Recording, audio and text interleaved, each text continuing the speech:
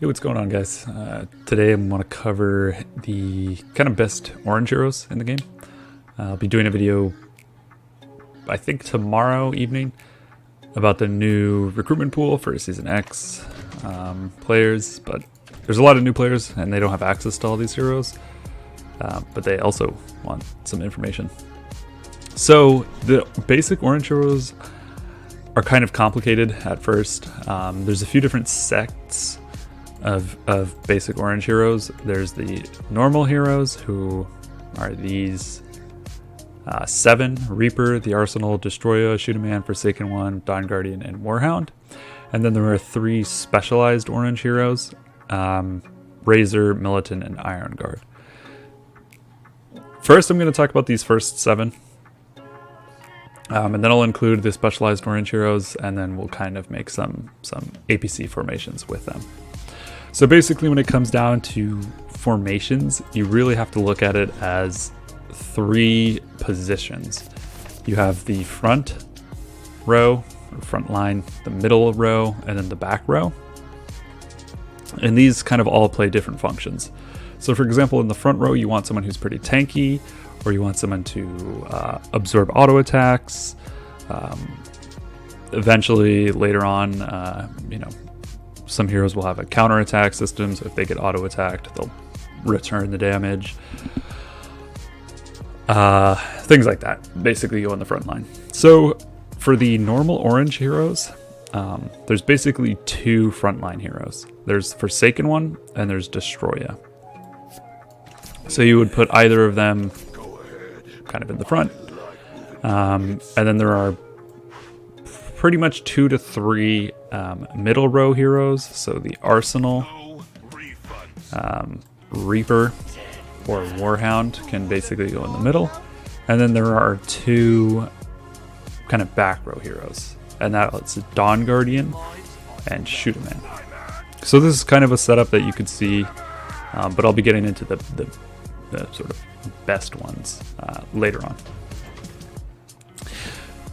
So one thing to basically note when we're talking about these heroes, let me actually just take them off so I can see them all on a line.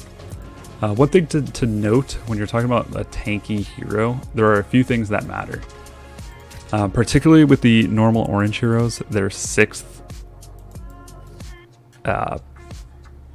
skill, Awaken, is going to have different effects on this second bonus. So everybody gets this plus 10 might and plus 10 resistance, but then the second, and everybody gets this 250% bonus, but the second piece for Destroyer, it's plus 7 HP, changes. So for some players, or for some heroes, it might be plus might, for others plus resistance, things like that.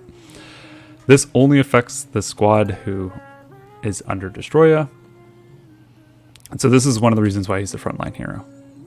Is basically because he has this plus HP. HP is the best defensive stat in the game. It's better than resistance, better than tactical resistance. It's just how the calculations work. So HP is sort of king in terms of who you want in your front row. You'll notice Forsaken One has basically the same thing. So he also has plus 7 HP. Meaning, again, he should kind of be in the front. Now we have a couple heroes who can go in the front. The other thing is basically skill ranges. So skill ranging works a little bit differently. I'll show you a battle report to kind of explain what I am talking about. And then we can go over some of the heroes and where they would best be placed. So in this example, for the enemy, this is the front row unit, Juggernaut. This is the middle, and this is the back line unit. And then if I had units in here, this would be the front, this would be the middle, and this would be the back row. So if my hero is in the front and it has an effective range, a skill with an effective range of 2, it means I will go 1 ahead. So in this case, they're first, and then 1 more, so they're middle. Usually it'll be like, you can pick. Not pick, but it's a random chance between these 2. Anyone in your skill range. If I'm in the back row and I have an effective range of 2, it works by friendly heroes first. So this will be skill range of 1, skill range of 2. So it's not even going to reach the enemy. So basically that skill is useless because it's not going to reach. So that's another thing to keep in mind when you're placing your heroes is the skill range. And that's very, very important. You never want your skills to not reach. And I'll show you exactly what I mean. So for the Forsaken one, for example, this ability right here has an effective range of 2. So if I put him in the back row, he's going to miss. He's never going to use this skill because he's not going to attack his own squads. If he's in the middle, it'll go 1. So it'll be your friendly front row, and then it'll be the enemy front row. And so he'll basically always attack the enemy front row. If he is in the front, he can either attack the front row or the middle row. Generally speaking, you want to be attacking the furthest possible units, which normally is the back row. So if you're in the front, you want an effective range of 3. If you're in the middle, you want skills with an effective range of 4. And if you're a backline hero, you'll want effective range of 5, generally speaking. You can sort of line it up so that, all the damage goes onto one unit and kill them off quick and things like that, but that's a little more advanced. Similarly with Destroya, most of his skills are very low range, so it makes sense for him to be in the front. So that's kind of the two things. Like I said, Destroya and Forsaken one are basically the really only 2 frontliners. Forgive me for checking back and forth over there. I have another computer over there that I'm looking at. Got some work stuff going on. And then the 3 middle heroes are basically, like I had mentioned before, Reaper, the Arsenal, and Warhound. So these guys will actually have similar ranged skills, maybe slightly further, but this 6th ability, the Awaken, as I had mentioned before, this second piece, plus 25% siege might, isn't going to be HP. So it's going to be something else. For example, that one was just siege might. He gets resistance, but he has, his abilities have a little further range. So it makes more sense to put him in the middle.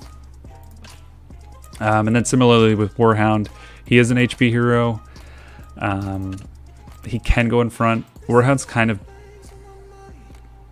bad. I'll get into ranking them in 1 minute. And then Shootaman and Dawn Guardian basically have skills with ranges 4 or 5, which means they should go in the back. And they also don't have like HP or something.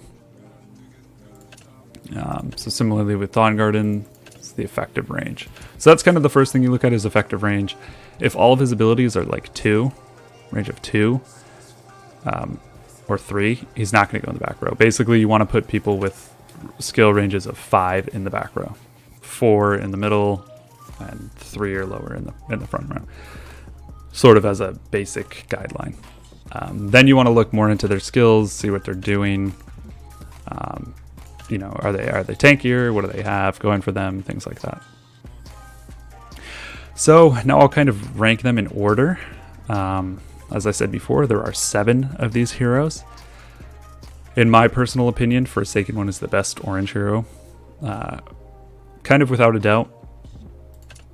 He has a lot of CC. He causes debuffs to the enemy. He's very tanky with his HP stat, and does pretty solid damage.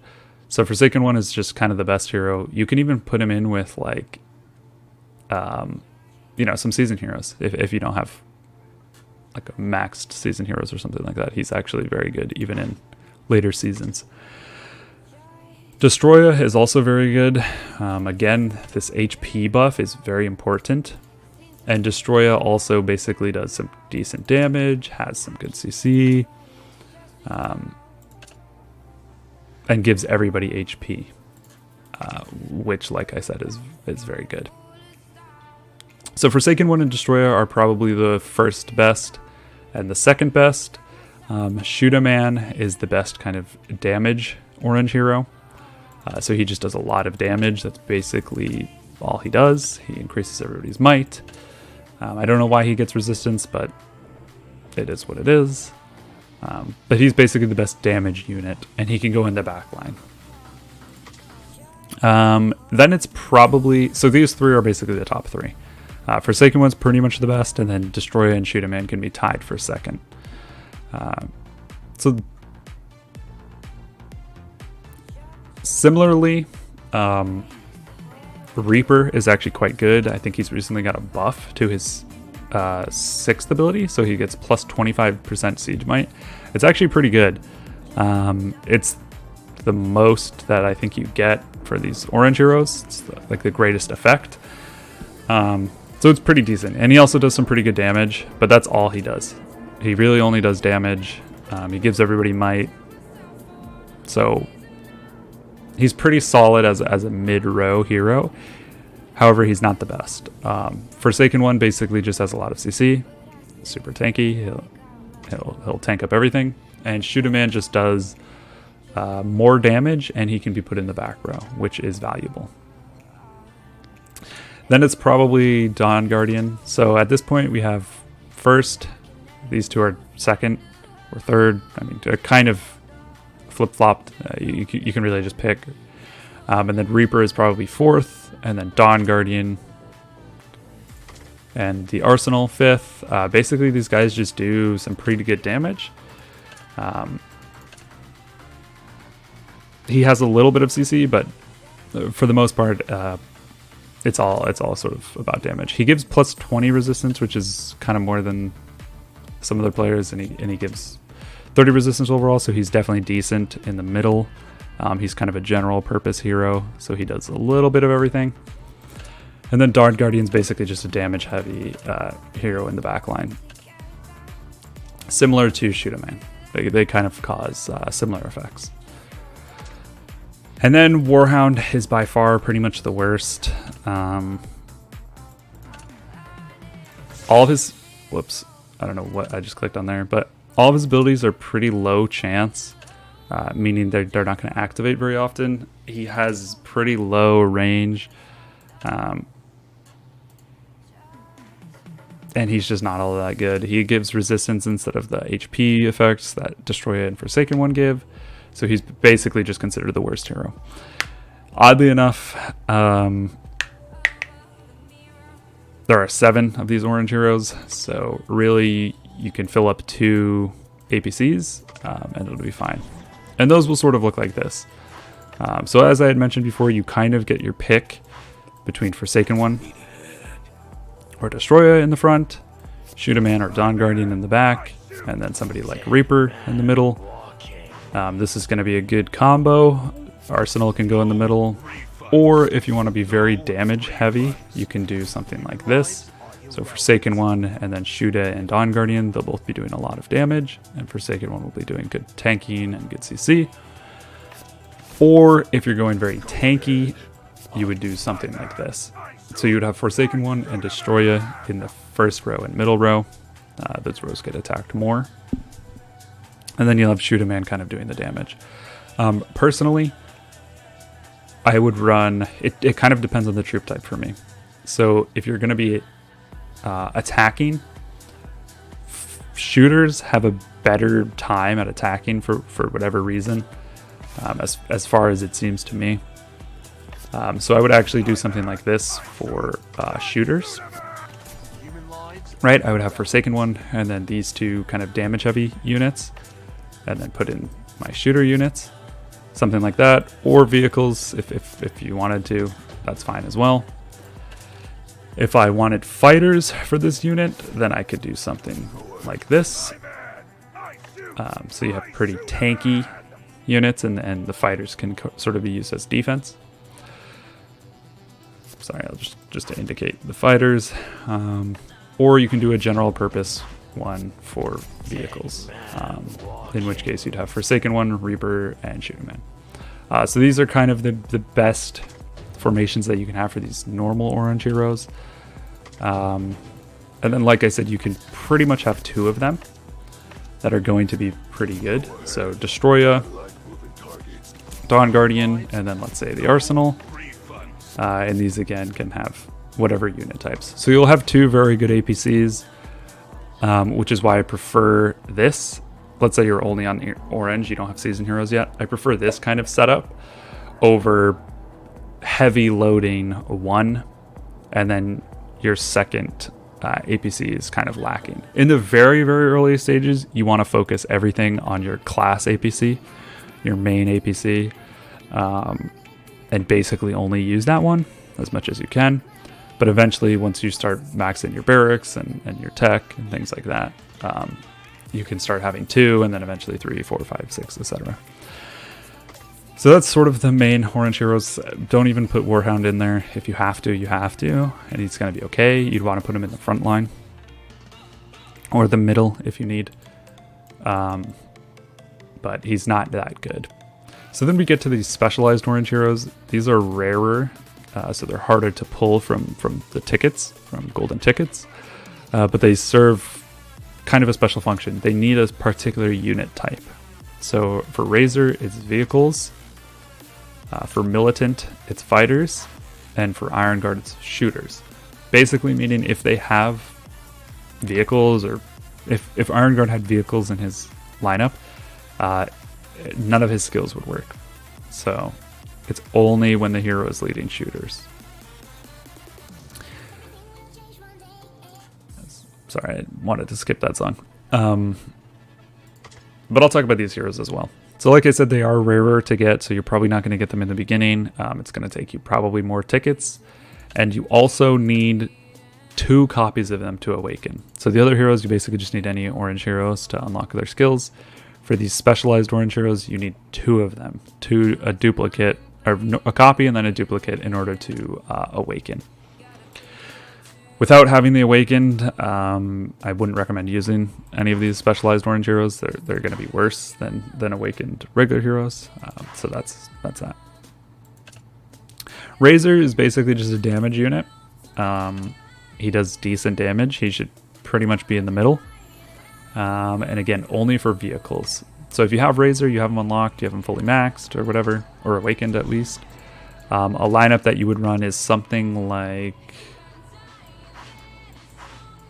Okay, well, we gotta find Razor. Here he is. You can do something like this. So you'll have pretty good damage, and you'll have decent defense with Forsaken One. Or you can even put Destroyer in there instead of Forsaken One. Either way, this is your pretty standard Razor lineup. So we'll just leave him like that for now. For Militant, it's a little bit different. He is basically a frontline hero.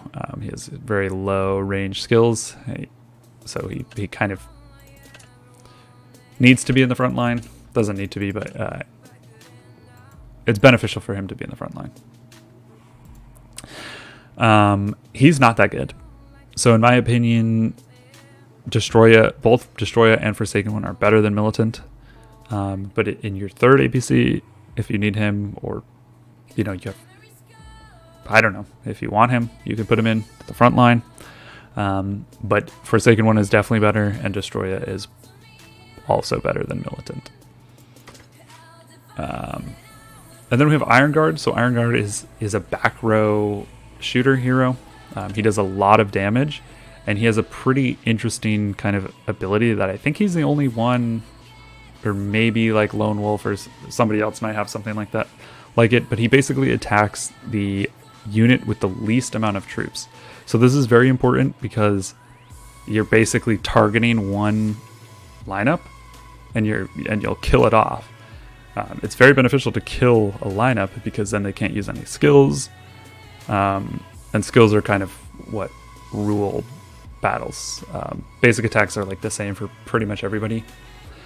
Besides, a hero like Nomad or Ivanov or something like that. But anyway, generally skills determine who wins.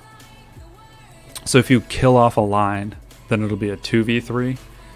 And then obviously, even if the 2 have like 100% of their units and the 3 have 30% in each, or sorry, I guess 66% in each, the lineup or the formation with the 3 lineups is going to win. The 3 squads will win. Pretty much. I know that's probably a little convoluted way of explaining things, but Iron Guard is good. That's all I'm going to say. Again, he is a backline unit, so you would do something like this. Again, you need shooters, but this lineup would work out. Or you can put him in for Forsaken One, or however you want it.